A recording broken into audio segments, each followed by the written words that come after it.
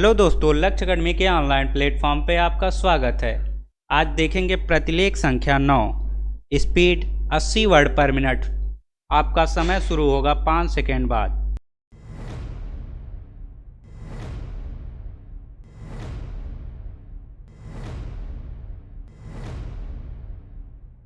सभापति महोदय, ये शब्द मेरे नहीं हैं, बल्कि राष्ट्रपिता के हैं। जो लोग आज सरकार में बैठे हुए हैं, क्या वे अपने दिल में सोचेंगे कि यह देशद्रोह शब्द बालकों को अंग्रेजी पढ़ाने के लिए राष्ट्रपिता का कहा हुआ है।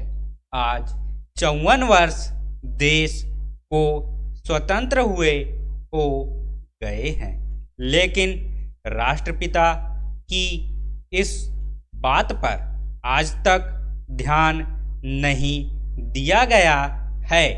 अंग्रेजी भाषा को पढ़ाना क्यों बंद नहीं किया गया और उसको दैनिक कार्यों में क्यों प्रयोग में लाया जाता है।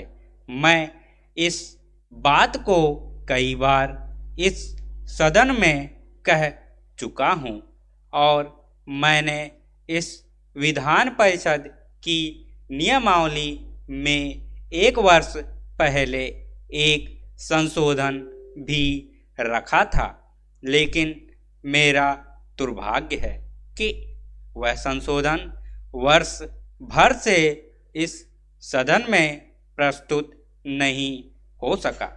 मेरी अपनी राय है कि कम से कम दैनिक कार्यों के लिए यदि सरकार अंग्रेजी भाषा पर बंधन लगा दे तो बहुत अच्छा हो, और जो यह अनुशासनहीनता है वह भी समाप्त हो जाए।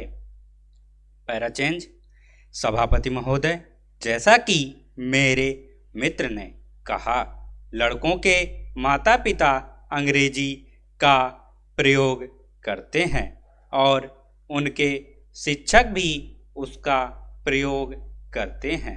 फिर बालकों पर उसका प्रभाव क्यों नहीं पड़ेगा। मैं उनसे सहमत हूँ कि बालकों में नकल करने की आदत होती है, जैसा वे अपने बड़ों को करते देखते हैं वैसा ही वे करते हैं। अगर हम कोई बुरा काम करेंगे तो उसका प्रभाव बालकों पर अवश्य पड़ेगा।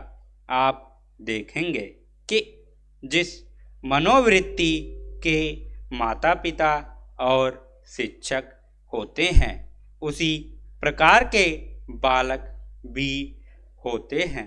हम दूसरों को तो परामर्श दे देते हैं, लेकिन स्वयं उस पर अनुपालन नहीं करते। इसके साथ ही साथ हमको शिक्षा प्रणाली की ओर भी ध्यान देना है।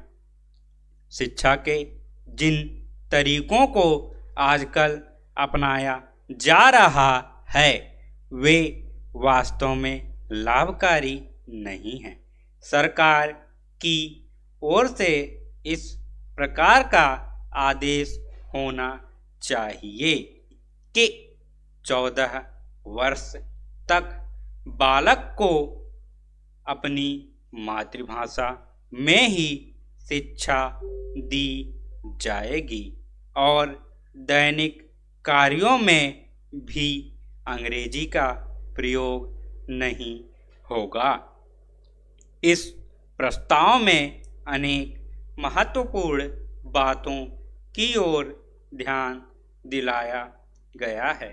मैं समझता हूँ कि जब माननीय मंत्री जी इसका उत्तर देंगे तो कह देंगे कि हम बहुत सी बातों पर कार्यान्वयन कर रहे हैं, लेकिन मैं समझता हूँ कि उन पर कोई कार्यान्वयन नहीं हो रहा है।